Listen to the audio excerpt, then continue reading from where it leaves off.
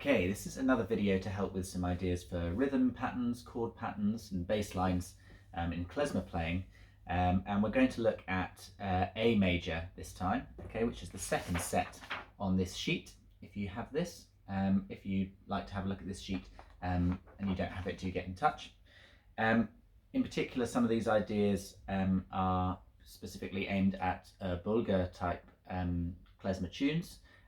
Rather than Freliks, so it's just slightly faster and often more syncopation.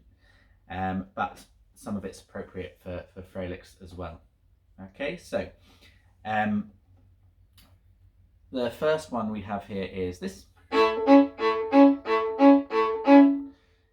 which is double stop using the G and D strings. So we can just practice first of all finding G and D. Just join in.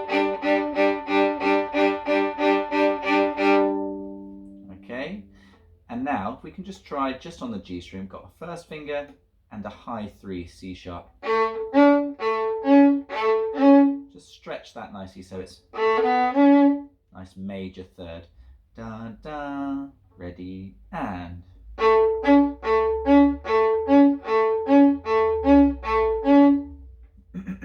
Very nice. Okay, now we're just going to add in the double stop, which is leaving the first finger down on the D string as well. Okay, so this means we need to block both the G and the D string with our first finger, making an interval of a fifth. It's going to be quite tricky to tune.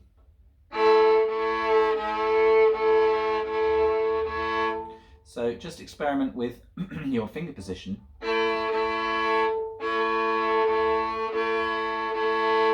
to get that nicely in tune with both strings covered by the first finger. Okay, should we try just to play that double stop? Ready and.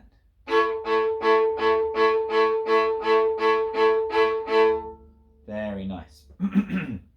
Then, to play the pattern, we're just going to keep double stopping, but alternate down between the first finger and the high 3 on G. Now we've just got to be careful not to block the D string.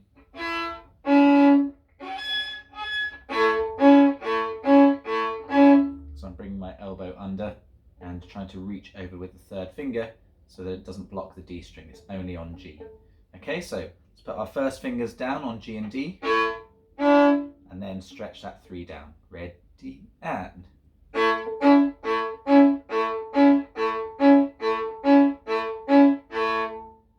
That's the idea. So you can practice that, you can repeat this part of the video as well if you like.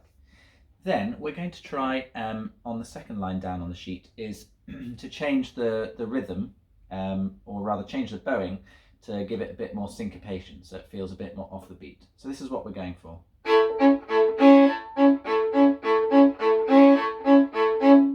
So the fingers are doing the same thing as before, but we've just changed the bowing. So we're going to go down, up, slur, separate bows, down, up, slur, separate bows. Okay, should we try that? You can try it on your arm, in the air with the bow, or maybe just on open G, like this. Ready, and.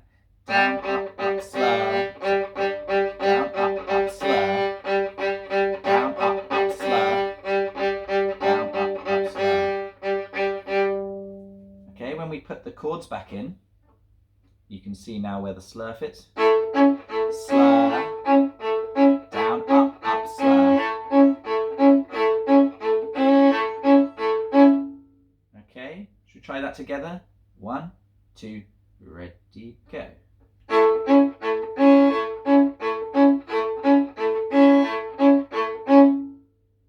Okay, again, that will take a bit of practice to get used to. Once you're in the groove, you can do it for hours and hours because it doesn't change. Okay, so it's just some ideas there, and there'll be different ways of doing it as well. And then just for a bass line in A major, we might want to go from an A to an E, so 1 on G to 1 on D.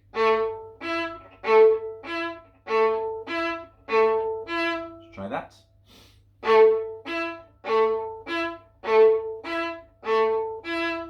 Very nice. Or we could do more of an arpeggio type move, bringing in the C sharp as well. Should we try that? So using the 1 high 3 and 1 on D. Ready and.